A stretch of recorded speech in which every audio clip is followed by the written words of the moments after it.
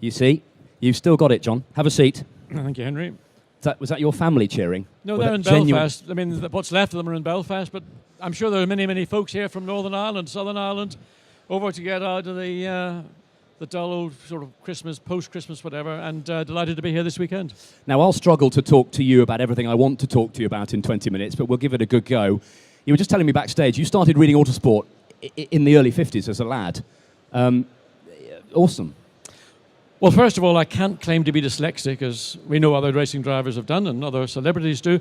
But my father, who was racing in Northern Ireland from the early 50s, got it every week. And as a child, you'd pick it up and look at it and absorb it and dream. And basically, the dream that I had prior to becoming a racing driver, aside from what I was doing in Northern Ireland when I was 17, 18, was founded on the dreams of reading about the great drivers of those early 50s. I mean, thinking of Stirling Moss, particularly as a British driver, Mike Hawthorne, but Fangio, Ascari, all the other drivers of that period, and to aspire to be either as good as they are or to have the opportunity to reach the level of being a Grand Prix driver or a sports car driver or whatever level it was, that was the beginning of a dream. I think it's fascinating talking to you guys, because I forget that you're all normal. But to have won the British Grand Prix in a McLaren and then think back to those days where you've read Autosport as a kid and thought, I fancied having a go at that. I'm still doing that. I still read Autosport thinking, I'd like to do that. I've missed the boat. It must be weird. Well, I think what I was able to do was have the dream, first of all. Secondly, not give up on it. And in terms of academic achievement, I didn't achieve academically whatsoever, because I had this belief, this dream that at some point motor racing would be the part of my life that I wanted it to be. And eventually, and with a lot of help and assistance from my family, that opportunity arose and I took it. And I'm still involved, not directly involved, but I'm still involved in motorsport and still enjoy having a role, be it now maybe behind a microphone rather than being a driver. And in terms of historic car racing, which is obviously a lot of my contemporaries have moved into that because they enjoy it. They can meet up with friends. They can sometimes drive cars they drove 30 years ago. I don't want to do that. I'm much happier to sit behind a microphone and contribute to an event that way. And that's the nearest I want to get to racing any longer. Let me take you back to the beginning, though. Was it harder? I mean, you look at young guys now, guys who come out of karting, and you need a squillion pounds just to do Formula Ford. Was it always expensive? Was it always elitist? Was it always exclusive? Or is it harder now? I would say it is infinitely harder today because there's so much more interest because of television primarily and because of the global footprint that motor racing has now established for itself. For a youngster who might aspire to be, as I did, a Grand Prix driver, where do you start? Well, when I was starting, I converted a little Austin Healey Sprite from a road car into a little race car, and it was a little race car. Today, you've got to have almost a factory karting deal. You're starting at 8 in cadets and working your way up through to 16 or whatever the senior level of karting is. And if you aren't a winner in that level of karting, it's very difficult to make the transition successfully into full-time motorsport, into driving a racing car as opposed to a kart. And there's so many more aspiring to it. And it's not necessarily that they want to be a racing driver. Maybe an element of it is they like the concept of the lifestyle, the thought of, I can be famous. It's almost a soap opera scenario. But it is a lot more difficult, and primarily because of the costs that are involved in taking a child all the way through the various steps to get to the point where you might get seen. And one of the biggest differences, Henry, actually, I think one of the fundamental differences, when I was racing, my first professional year of racing was 1970, was in a series called Formula 2. Not Formula 2 as it is known today, the Jonathan Palmer's race series. And that's one of them there. Yes, it is. Yeah. I mean, it's a super series. But the difference is the Formula 2 series that existed, European Formula 2 Championship, you had the chance to race against the current Grand Prix driver of the day in a Formula 2 car.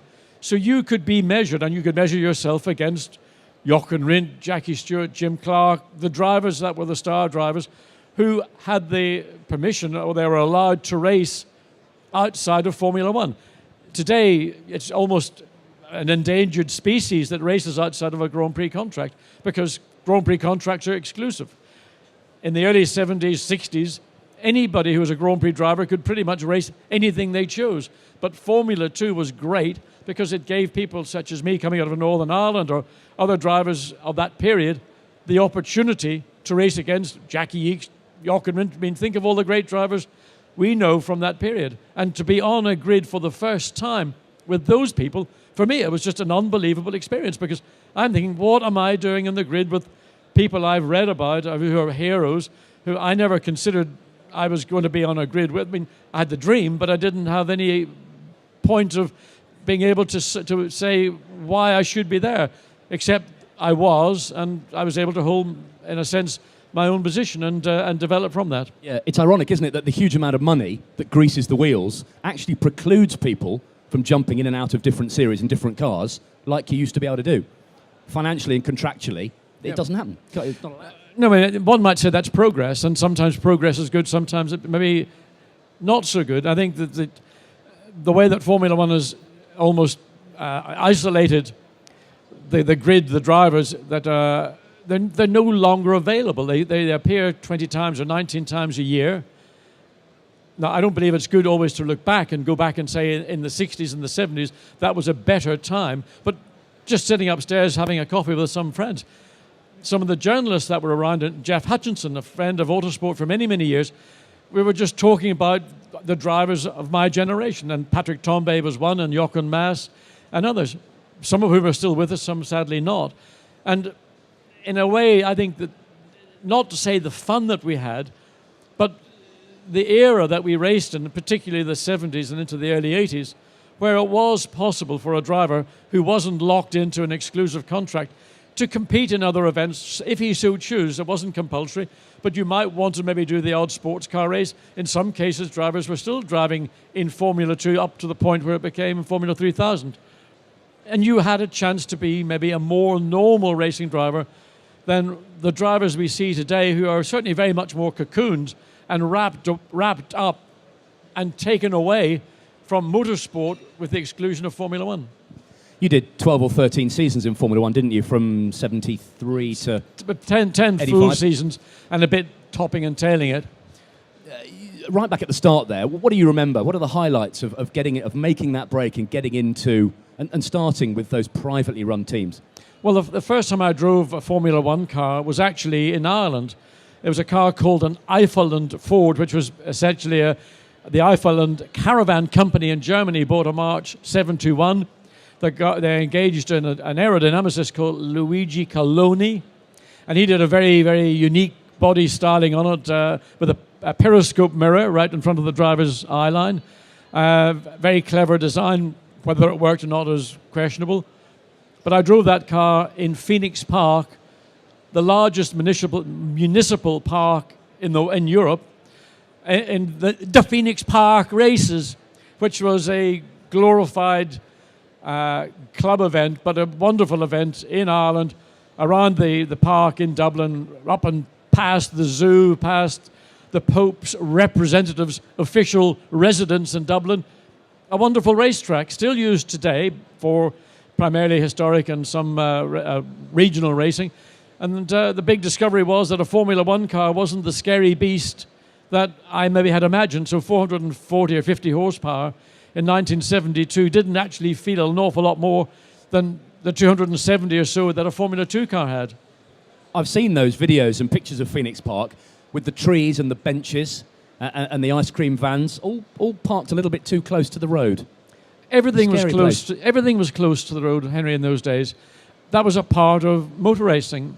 And what we've got today is a huge amount of progress in terms of safety. And in a circuit like Phoenix Park, first of all, you wouldn't be allowed to cut the trees down. It's a municipal park. It's owned by the council in Dublin. And they shouldn't be cut down. Trees should not be cut down. But it was a part of the history of racing in Ireland. The first race, I think, took part in the early 30s in Phoenix Park. And that was in the days of the Bentley boys, and I think people like Caracciola, maybe not Nuvolari, but other great drivers of the period might have raced there. If you think forward then into the post-war era of all the great road circuits that were used throughout Europe, and particularly, I mean, the road courses to the extremes like the Toga Florio and other events, and in Italy, the majority of racing was on road tracks. We had a lot of road tracks in Europe. The major Grand Prix were held on road tracks. They weren't held on permanent circuits. In fact, Britain was probably one of the few countries in Europe that evolved into creating permanent racetracks, because the law in this country was changed either just before or just after the war to preclude road racing, with the exception of Northern Ireland and I think the Isle of Man. So those two, and both those provinces, if you wish to put it that way, had their own government, so they can do what they pretty much like. And in fact, if you look at Dundalk, the circuit in Northern Ireland that ran the Tourist Trophy up until 1955, it's still raced on by superbikes for the Ulster Grand Prix. It's 95% intact. It's a living fossil of what motor racing in the 50s was like. And recently there was a dinner in London for Stirling Moss, a tribute to his career, and a lot of the archival footage was of Dundalk. And to watch those cars, the factory Mercedes-Benz, Ferraris, Jaguars, Aston Martins, Maseratis, Porsche, whatever, to see them racing on a circuit that is still, as I say, 95% of the racetrack, what God knows how many years, 55 years ago, is wonderful. Yeah. So Eiffelland at Phoenix Park, that was a precursor to getting into the World Championship. How did that come about? It came about through our friend Paul Michaels, who had been running a car through his company called Hexagon of Highgate. And Paul had been primarily involved with historic racing. Jerry Marshall and others had driven for him very successfully. And Paul, by being in the motor trade, and a certain Bernard Charles Eccleston, who was also in the motor trade in the early 70s, somewhere along the line, Paul managed to get a deal with the owner of the car, an Irish motor dealer called Tony Monkey Brown, who had bought the car from Bernie. This is the Eiffeland car. So somehow or other, Paul got an entry for the race, the victory race at Brands Hatch in 1972, with some association to Bernie. The car was entered and run by Hexagon. In fact, the car was managed by Mike Earl, who runs now the Ford Escort, the Aon British Touring Car Championship team, and will be in World Touring Cars next year. So Mike ran the car. We had a good outing, finished 6th in my first Formula One race. And that then sowed the seed with Paul to try and do something in the future. For 73, I had a contract with Bernie, had an accident at Brands Hatch, broke my leg. But for the British Grand Prix that year at Silverstone, Paul went to Bernie and said, look, I'd like to enter a car. Can I lease a car from you? So Paul leased the previous year's factory car, the BT37, painted the car up in the international racing colours of Highgate, which happens to be brown. And the car was entered, and we went along to Silverstone as a private entrant, as a one-off event. Didn't have a great outing, partly because first time in a car, didn't get the best Goodyear tyre. Had a good run in the race. Of course, the race famous for Judy Schechter's first lap incident at the exit of Woodcut, where he created probably the biggest accident in Formula One history. But nevertheless, it gave me a chance to drive in a World Championship Grand Prix, but it gave Paul the opportunity to get a greater flavour of what Formula One was all about, and for him to consolidate his desire to take Hexagon into Formula One as a full-time entrant, which was then what we did in 1974. Fantastic. The days of that sort of true privateer in Formula One, they're long gone, aren't they? Yes, and I have to say, I think there was a period for Formula One, and privateers played a very big part. I mean, you think of Hesketh, think of Rob Walker, two great British private entrants who actually not only competed but won Grand Prix. And there are many, many more. And not just British entrants as well. You think of a lot of Formula One in the 60s was made up by owner drivers. Sylvia Moser, all the names you can think of, I can't think right now. But a lot of the great, Dubonnier was a private entrant. They just bought a Formula One car, maybe last year's Formula One car, turned up at a Grand Prix. Without those private entrants, the grids would have been very, very empty.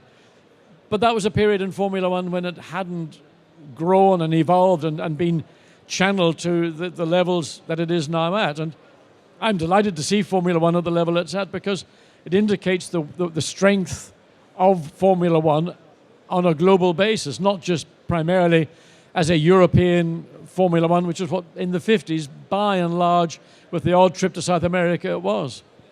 And talking of privateers, you, of course, got in with Roger Penske, who started on a small scale and then, of course, went on to dominate in America. What was he like to work for?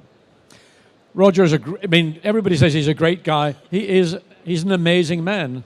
In the early 70s, he was growing his business, and a big part of his business was his motor racing side. So in 74, he looked at Formula One, and along with Mark Donoghue, who was such a big part of the Roger Penske racing empire, they put together a Formula One team, the car designed by Jeff Ferris, who had been a former Brabham designer along with Gordon Murray, and they created Penske Formula One, based down in Poole and Dorset. And they set off at the end of 74, and then tragically in 75, Mark lost his life in an accident in Austria, a futile accident. And that then offered up the chance for me to join the team at the end of 75. But Roger was one of those entrants, one of those owners who came along, incredible enthusiasm and passion for the sport that he was involved in this instance, Formula One. The difficulty was that, as I mentioned, he was growing his business empire. He also had a Formula USAC, a USAC team in America. He was also involved in NASCAR. And he was just killing himself by trying to be in Europe or around the world for a Grand Prix, go back and do his business during the week, then go and do a NASCAR or USAC event. And sadly, he pulled the plug on the Formula One program at the end of 1976. But Roger's enthusiasm is no different today than it was 35 years ago, 36 years ago this year. And if you go to the equivalent of a USAC event, IRL, or whatever they call it in the States, Roger is still involved. In fact, he's probably more involved in the team today than he was in Formula One, because the Formula One thing was slightly at arm's length for him. And that maybe have also been a reason why he ended up thinking that was the one of the three options that I can maybe pull the plug on.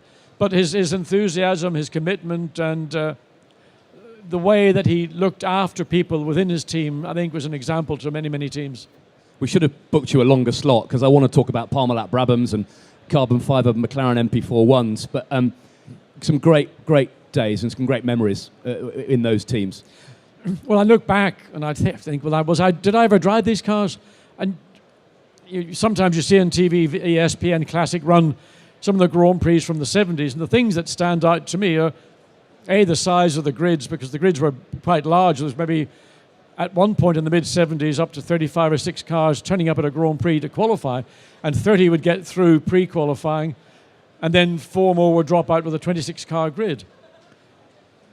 The variety, the colour, the differences of professionalism of some of those teams, it was a very good period to be in Formula One. I think if you think from the early 70s up to the early 80s, just the technology developments and changes. First of all, with basically getting wings in Formula One cars, then the turbo period, then the ground effect period, then carbon fibre coming in.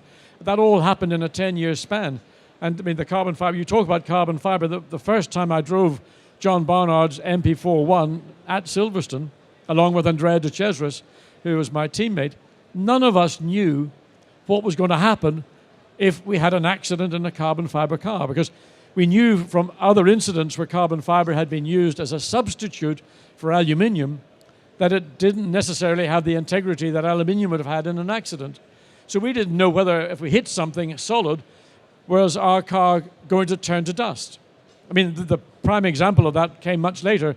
Sadly, when Martin Donnelly had that terrible accident in Jerez in 1990, that was a material maybe misused. And that was, 9 or 10 years beyond where John Barnard had been when our car, the MP41, came in 1981. I remember you had an enormous accident at the Lesmos at Monza, didn't you? I did. I ran screaming from the telly, age 10, thinking John Watson's just died. But that's testament to carbon fibre, wasn't it? Well, it was testament to the design of the car. It was testament to the use of the material, and that's what John Barnard set out to achieve. He didn't use carbon fibre as a metal substitute. He designed and built the car around the material, using the material's strengths and its integrity. And that's why, in that incident, which probably looked much worse watching it as it happened. I mean, I was sitting in the car, sliding backwards, thinking, shit, this is going to hurt. And there was a bit of a bump. And I'd opened my eyes. I saw an engine, a DFV, sliding across the racetrack. And who the hell has had that accident behind me? That must have been one almighty accident. I didn't realize that it was the engine from my car until I stepped out of the car, looked behind me. No engine, no gearbox. The gearbox was wedged in the barrier against one of the mounting posts for the Armco. It was my engine that had broken free, and what the flash fire had just simply been a vapor fire from fuel and oil, and there's a big sort of cloud of flame and smoke. But I was sliding away from it. All I got was a little bit of tightness in my neck the following morning, nothing else. In fact, about 2-3 days later, I went to Donington when my future teammate Nicky Lauda was having a sort of quiet drive in a car. That was the quickest the car ever went around Donington that day, 3 days after the accident. So didn't have any effect on me. It looked very bad from the outset. Anybody watching on television, my family in particular, but equally people in the pits who had access to on-screen, they all thought the same thing you must have thought seeing the accident, another fatality. The design and integrity of John Barnard's cars was always fantastic. Right, I'm sure we're all keen to hear your views on contemporary Formula One. Do you think we are witnessing a great crop of Grand Prix drivers? Have we got the best lineup we've had for a long time? Well, we're going to have 6 world champions, either present or reigning world champion. Unprecedented, isn't it? I mean, that's going to be, I think, very exciting. And whether Kimi Raikkonen, on his return to Formula One in a Renault/Lotus, whatever they choose to call it, will be interesting, because if you take the example of Michael Schumacher, although Michael, being older and slightly longer out of the cockpit, found it more difficult to acclimatise than he maybe expected. Whether Kimi will go through the same kind of struggle, I don't know. I think probably not to the same degree, but big changes because of the aerodynamics, because primarily of the change of tyre, the limitation on testing, all those factors are going to limit his progress. So he's going to have to really use every opportunity to be in a car to try and shortcut that 2-year period where he's been fooling around in rally cars, and again, retune his mind from what you do in a rally car to what you need to do in a Grand Prix car. But aside from that, I think there are some outstanding drivers. I mean, there are some really, really great drivers in Formula One right now.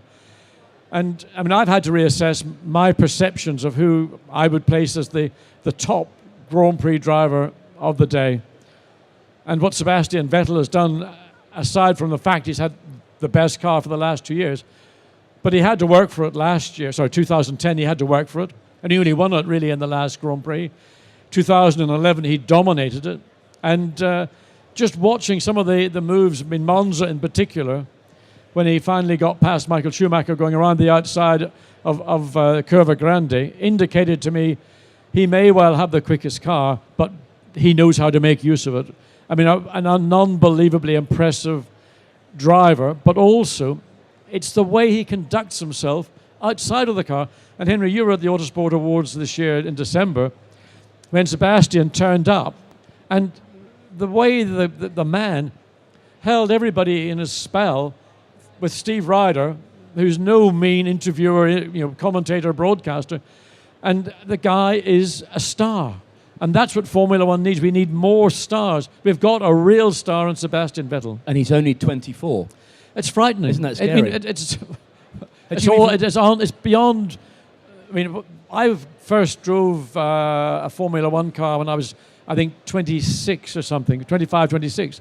He's a double world champion. I mean, it's beyond imagination. Yeah, it is. John, lovely to see you. Great to hear your stories. I could spend all day up here with you, but I'd get sacked. Ladies and gentlemen, for the meantime, a Grand Prix great, John Watson. Thank you. Thank you.